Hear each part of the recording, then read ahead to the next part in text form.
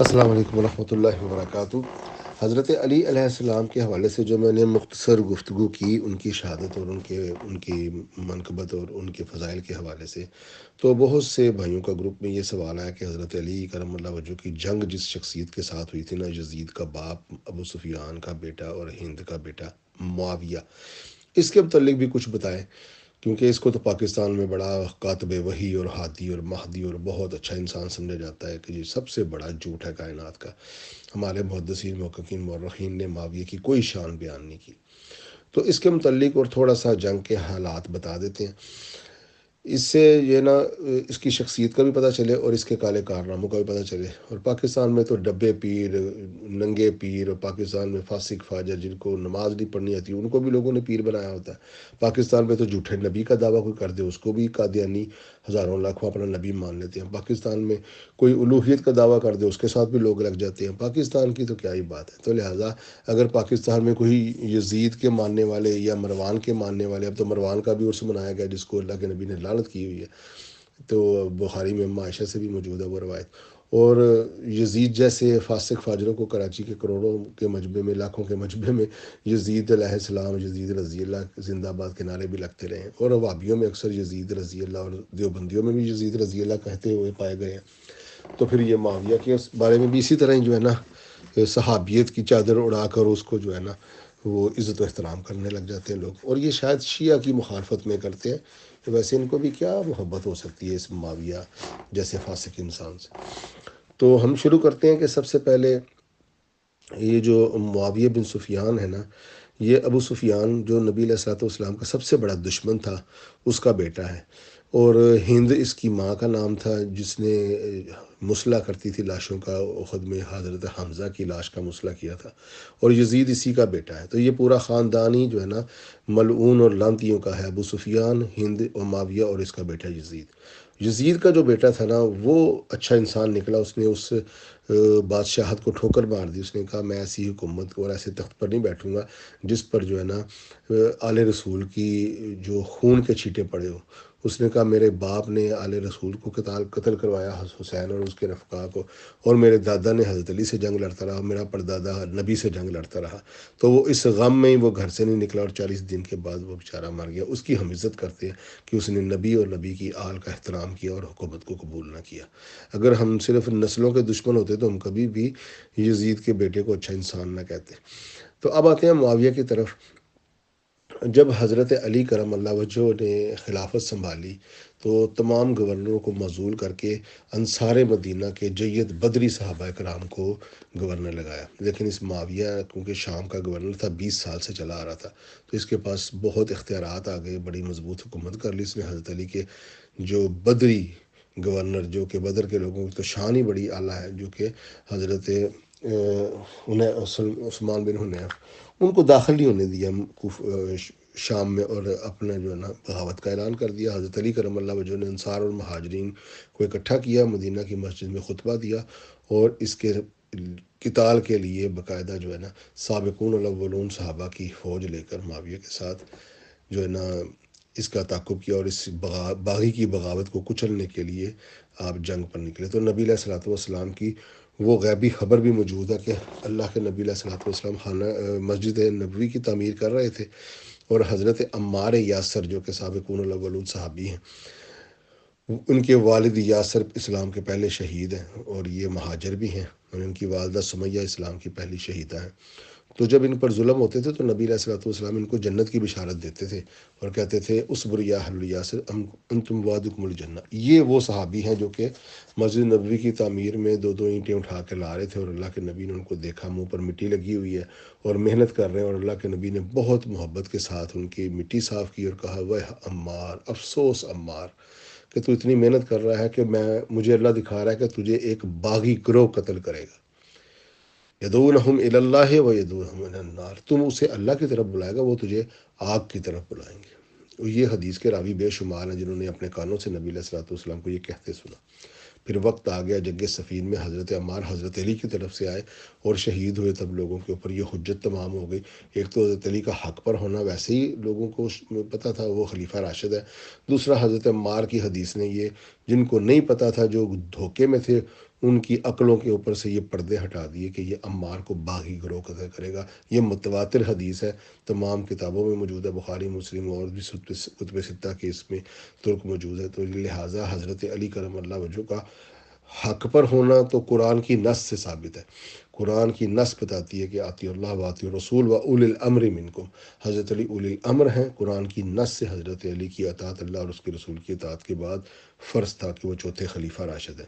اور اس کے علاوہ اللہ تعالیٰ نے سورۃ توبہ آیت نمبر 100 میں فرمایا والسابقون الاولون من المہاجرین والانصار والذین اتبعوہم بإحسان رضی اللہ عنہم ورضون، کہ جو سبقت لے گئے اور وہ جو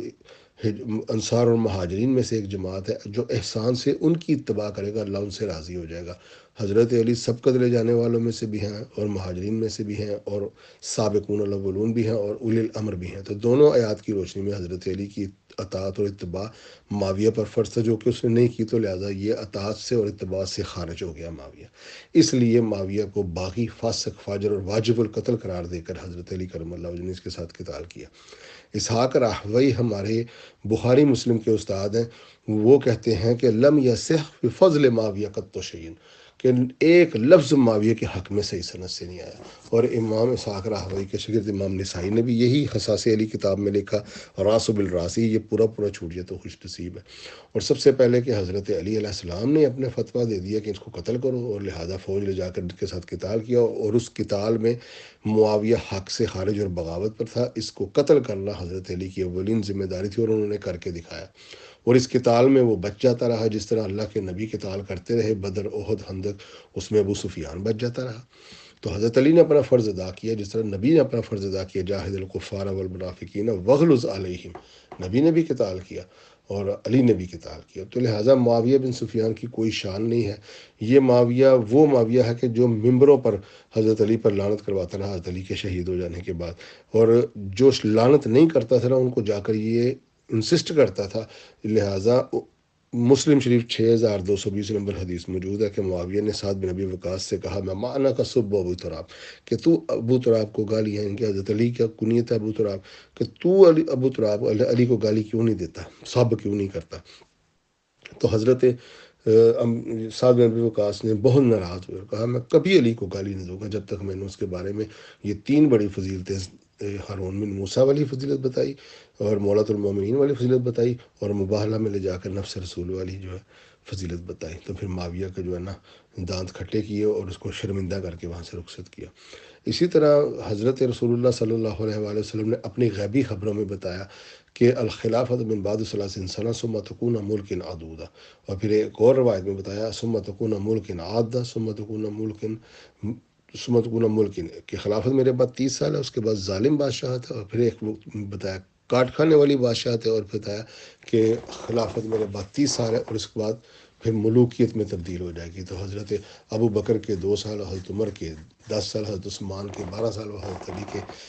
4.5 سال اور حضرت حسن کے 6 مہینے ملائے تو 30 سال پورے بن گئے، اور اللہ کے نبی کی یہ غیبی خبر دلائل نبوہ میں محدثین نے لکھی پوری ہوئی، اور پھر معاویہ کی کاٹ کھانے والی ظالم بادشاہت کا قیام شروع ہوا۔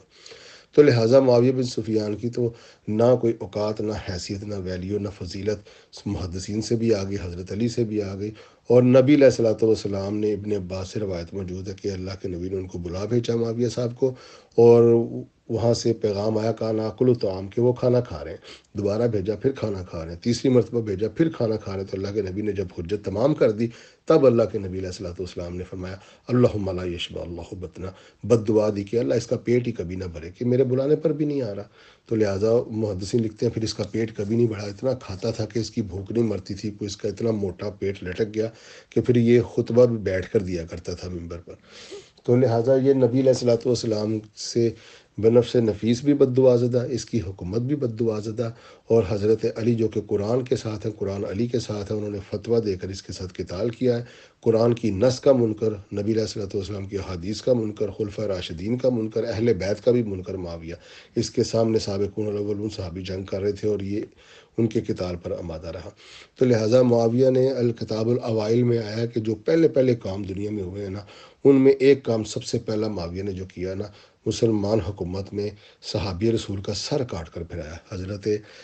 عمر بن حمق جو کہ ایک صاحب شجرہ صحابی تھے، ان کا سر کاٹ کر پورے سلطنت میں پھیلایا، بعد میں اس کی بیوی کی گود میں ڈالا۔ یہ صحابہ کی عزت کی جا رہی ہے، صاحب شجرہ صحابہ جن سے اللہ نے راضی ہونے کا اعلان کیا، جنہوں نے درخت کے نیچے موت پر بیعت کی تھی نبی علیہ الصلوۃ والسلام کا ساتھ دینے کی۔ اتنے برگزیدہ صحابی کا سر کاٹ کر اسے معاویہ نے پھیلایا۔ یہ صحابہ کے عاشق بڑا کہتے ہیں نا، صحابی صحابی، آپ دفاع کریں نا صحابی کا۔ تو یہ معاویہ ایک ایسا فاسق فاجر انسان تھا جس نے حضرت علی کے ساتھ قتال کر کے، اور اس کے بیٹے نے حضرت علی کی آل کے ساتھ قتال کر کے، اور اس کے باپ نے رسول اللہ کے ساتھ قتال کر کے جو کالک منہ پر پونت لی نا، آج امت جو ہے نا شرمندہ ہے کہ ایسے فاسق فاجروں کی بھی تعریف کر رہی ہے، جس کی وجہ سے